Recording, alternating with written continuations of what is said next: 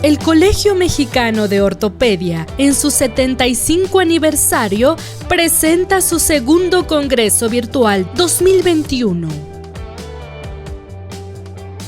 El doctor Luis Enrique Zedillo Ponce es médico cirujano por la Facultad de Estudios Superiores Iztacala de la UNAM, especialista en medicina física y rehabilitación y maestro y doctor en neurociencias por la misma FES.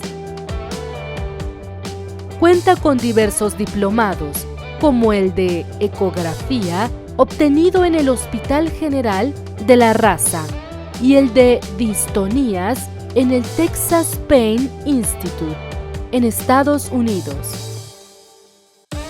Ha sido vicepresidente del Colegio Mexicano Interdisciplinario de Estudios Avanzados en Intervencionismo Neuromusculoesquelético y Manejo de Dolor, AC. Y es miembro de la Sociedad Mexicana de Rehabilitación, la Sociedad Occidental Colegio Médico de Rehabilitación de Jalisco, el World Institute of Pain WIP y el Consejo Mexicano de Medicina Física y Rehabilitación, entre otros. El doctor Zedillo nos hablará sobre plexopatía cervical, manifestación clínica en el hombro. Buenos días, es un gusto para mí estar con ustedes. Les agradezco la invitación al Colegio Mexicano de Ortopedia y Traumatología, particularmente al doctor Olascuaga, quien tuvo a bien hacerme el favor de invitarme a dar este pequeño tema. Soy el doctor Luis Enrique Zedillo Ponce, a sus órdenes, médico especialista en medicina física y rehabilitación. Vamos a hablar particularmente de las plexopatías cervicales. En este caso, en particular, vamos a hablar del plexo braquial, de las manifestaciones clínicas que se tiene en el hombro y la posible, no de toda confusión que puede generar este tipo de lesiones. Vamos a hablar un poco del abordaje intervencionista y, por supuesto, del abordaje rehabilitatorio, expresando mi experiencia personal al respecto de este tipo de patología, de este tipo de padecimientos, obviamente basado en evidencia científica. El caso clínico que nos toca el día de hoy es un paciente masculino de 27 años, el cual es fisicoculturista, practicando, haciendo su entrenamiento, recibe un traumatismo directo en la región cervical, lo cual genera dolor intenso en esa zona, en el hombro. El dolor era de característica de toque eléctrico, que se irradiaba hacia la cara anterior y media del brazo, del hombro particularmente, con una calificación de 8-9 y en ocasiones de 10. Aquí interesante, no había pérdida del rango de movimiento y la fuerza estaba solo disminuida, no estaba perdida. Una semana posterior a la lesión acude a ortopedia, en ortopedia le diagnostican una lesión del manguito de los rotadores, no se especifica qué músculo, qué tendón y tampoco se maneja otros estudios, simplemente se hace el diagnóstico, lo infiltran y no hay respuesta. Posterior a ello, debido a la persistencia del dolor, le hacen una resonancia, la cual, la resonancia de hombro, se reporta como negativa, sin daño directamente en el hombro. 3 semanas después de la lesión, es enviado a rehabilitación, es cuando llega con nosotros, y en este momento el paciente llegó llorando, de hecho, por el dolor era tan intenso, él calificaba 8-9, pero por sus características clínicas pareciera un dolor de 10. La fuerza muscular estaba reducida, vuelvo a repetir, no estaba perdida, pero sí había muchísimo dolor y una zona de hipoestesia bien marcada en los territorios del músculo cutáneo, del axilar y del radial. Hicimos una electromiografía y una ecografía y encontramos con ello una lesión desde el punto de vista electromiográfico y ecográfico del tronco superior particularmente. Quiero mostrarles esta imagen de un estudio ecográfico de un sujeto normal. Este paciente es halterofilista. Su ecografía es normal. Aquí lo tenemos, el plexo braquial conformado entre los músculos escaleno anterior y medio. Vemos el trofismo muscular, las características musculares y lo que vemos muy bien es el compartimento paraneural de los 3 troncos, donde vemos al tronco superior, al medio y inferior. ¿Sí? Conserven esto en su mente para que ustedes comparen ahora. Esta es el paciente que nos toca. vean el cambio en la licotextura del músculo escaleno, de los escalenos, y el todavía componente inflamatorio que tenía el músculo esternocleidomastoideo. Y por supuesto la pérdida de la licotextura del compartimento paraneural y por supuesto de los paquetes nerviosos, el tronco superior, el tronco inferior, medio, y todavía alcanzamos a ver al tronco inferior con sus características normales.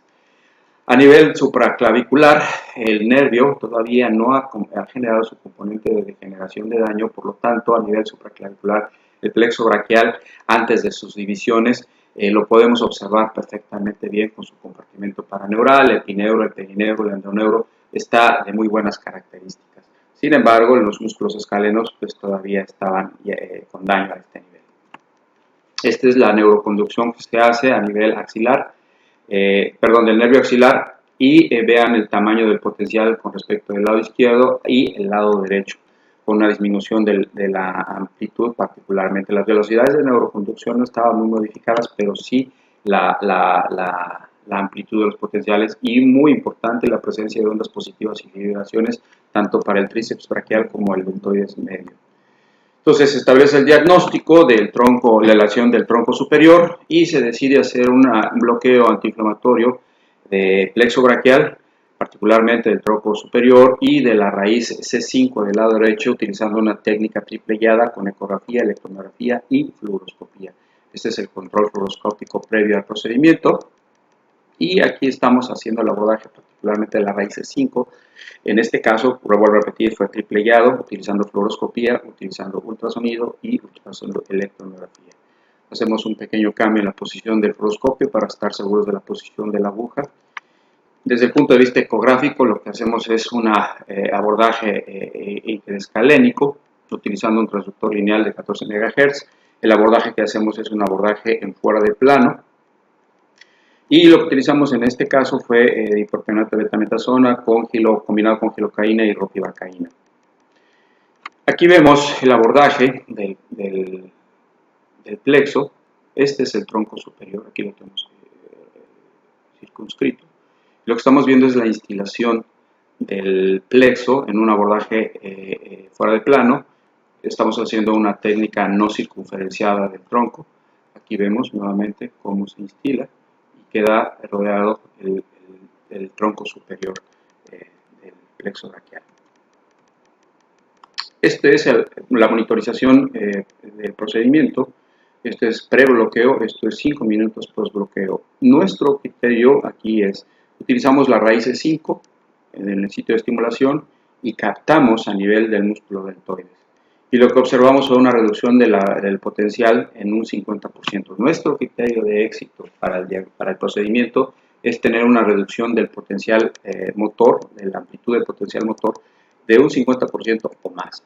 Aquí lo vemos también captando en el músculo tríceps braquial, y vemos la disminución del potencial pre-bloqueo y 5 minutos después, y finalmente a los 15 minutos del post-bloqueo. Se observa una pérdida completa del potencial. Desde el punto de vista fisiátrico, tenemos que hablar de niveles de evidencia.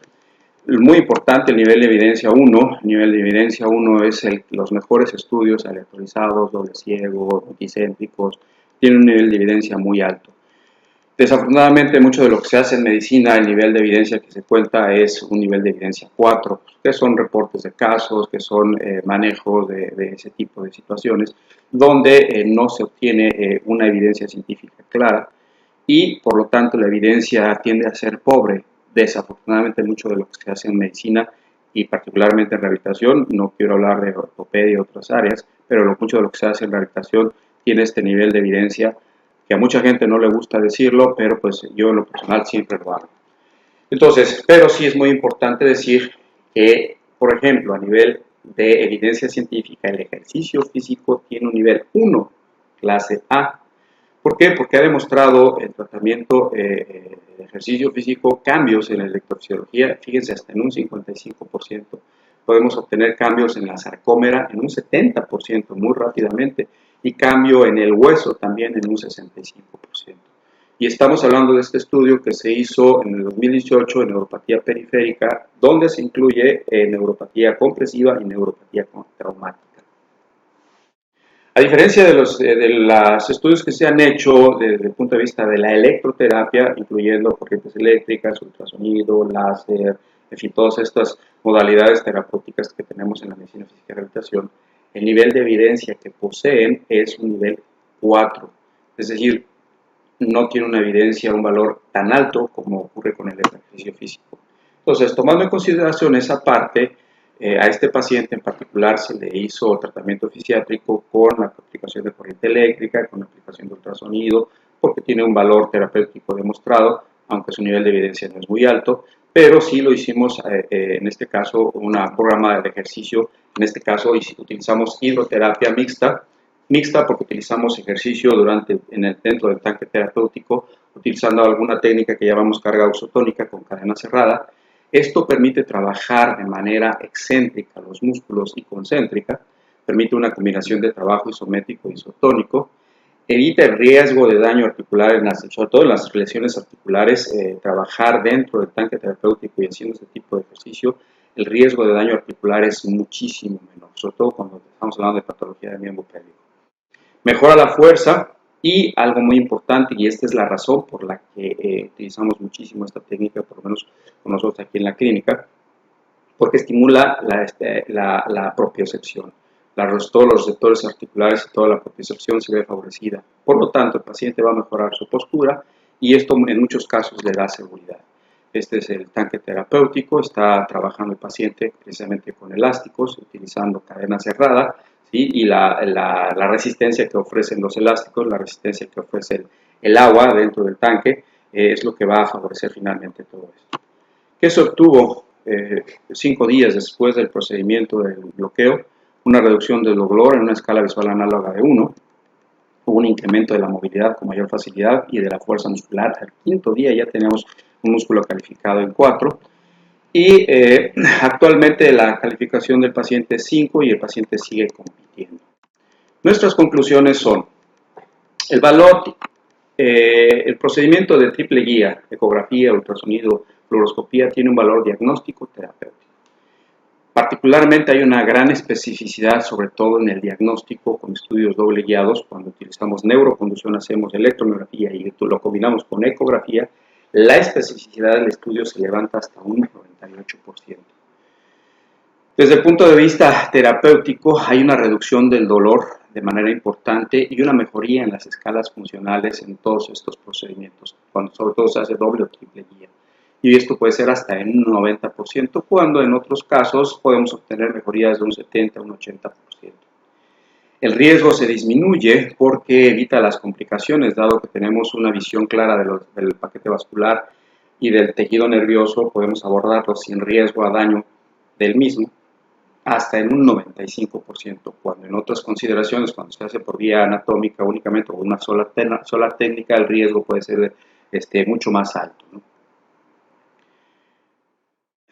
La frecuencia, esto también es muy importante porque en muchas ocasiones al paciente hay que estarle repitiendo el procedimiento porque no fue de gran utilidad o porque hubo alguna falla técnica. Cuando se hace triple guía, la frecuencia de hacer este procedimiento es menor, ¿sí? Hasta en un 95%. Conclusión: el diagnóstico y tratamiento debe ser multidisciplinario e interdisciplinario. La decisión de intervención del médico debe estar ligada a su experiencia y adaptada a las necesidades del paciente. Esto es muy importante. La experiencia del paciente, del médico, debe ser relevante para poder hacer este tipo de procedimientos. Obviamente la calidad de vida y capacidad funcional debe ser la mayor prioridad en el esquema terapéutico. Aún estamos en proceso de aprendizaje. Todas estas técnicas, todos los estudios de monitorización que se están haciendo, está siendo evaluado constantemente, y obviamente pues necesitamos hacer estudios de evidencia científica mayores. Particularmente con respecto a la medicina física y rehabilitación, esta está en proceso de cambio y adaptación. Las nuevas alternativas de diagnóstico y tratamiento basado en evidencias debe ser prioridad en los centros de formación, sobre todo esta parte del intervencionismo que no se da en los niveles de especialización en el área de rehabilitación. Y el intervencionismo debe de ser una herramienta ya para el médico especialista en rehabilitación.